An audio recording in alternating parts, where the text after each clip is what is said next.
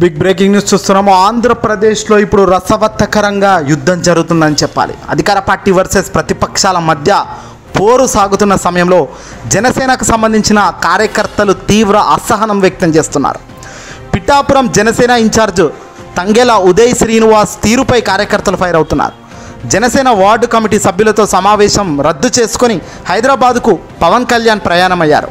పవన్ బస చేసిన హోటల్ వద్ద గేటు దగ్గర 2 గంటలు పడిగాపులు కాసిన కార్యకర్తలు హోటల్ లోపలికి రానివ్వకుండా గేటు వేసిన పవన్ కళ్యాణ్ బౌన్సర్లు. దీంతో తీవ్ర అసహనానికి గురైన వాళ్ళు ఒక్కసారిగా ఆడియోలు విడుదల చేశారు. వాళ్ళు అనుభవిస్తున్న దీనికి అసలు జరుగుతున్న దానికి ఏంటి అనే దానిపై వాళ్ళు ఒక వాయిస్ రూపంలో వాళ్ళు ఆడియోని అయితే లీక్ చేయడం జరిగింది. ఒక్కసారిగా ఆడియోలను అయితే వినే ప్రయత్నం చేద్దాం. నేను 14 సంవత్సరాల పాటు నుంచి వెయిట్ చేస్తున్నాను. నన్ను తొక్కేవాడే కానీ నన్ను తీసుకెళ్ళేవాడు ఎవడో లేడు. ఇది అమ్మ జీవితం. ఎవడెవడో వస్తున్నాడు, ఆడిని మనం భుజం మీద పెట్టుకుని మోయవలసి వస్తుంది. ఈరోజు వారాయికి పర్మిషన్ తీయలేదు. అక్కడ ట్రాఫిక్ జామ్ అయిపోతుంది. పక్కన బోల్డ్ లేవుడ్లు ఉన్నాయి. వెళ్ళి మాట్లాడుకుని మా కార్లు ఇక్కడ పెట్టుకుంటాం 2 రోజులు అని చెప్పచ్చు కదా. చెప్పే నాది లేడు. ఎందుకు వచ్చిన ఇన్ఛార్జ్లో ఏంటో. పవన్ కళ్యాణ్ గారు వస్తున్నారంటే ఏర్పాట్లు ఎలా చేయాలి? ప్రజలందరూ కార్యకర్తలు తిడుతున్నారు. ఇక్కడ ఇన్ఛార్జీలు ఎవరు బయటికి కనిపించరు. సార్ అందరికీ నమస్కారం అండి. నా పేరు తేజ జగ్గేశ్వరం అండి. నేను జనసేన కార్యకర్తనే. ఎలా అంటే అండి, ఈరోజు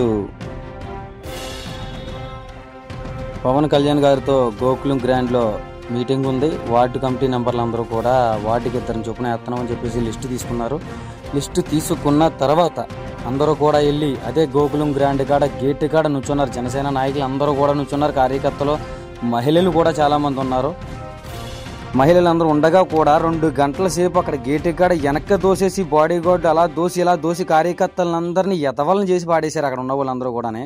తర్వాత అదే సెకండ్లో ఒక అరగంట గ్యాప్ ఇచ్చుకొని వర్మ గారు ఆ కార్యకర్తలందరినీ తీసుకున్న తర్వాత టక్మని గేట్ ఓపెన్ చేశారు. ఒక్కరు కూడా బయటికి లేకుండా టీడీపీ కార్యకర్తలు అందరూ కూడా లోనికి వెళ్ళారు. అలా అయినప్పుడు ఫస్ట్ నుంచి గ్రౌండ్ వర్క్ చేసి బైక్ ర్యాలీలకు వచ్చి మీటింగులకు వచ్చి అలా వచ్చిన వాళ్ళందరూ ఇప్పుడు ఏమైపోయారండి నాకు అర్థమలేదు. ఇందులో చాలామంది ఉన్నారు కదా అక్కడ గేట్ కాడ.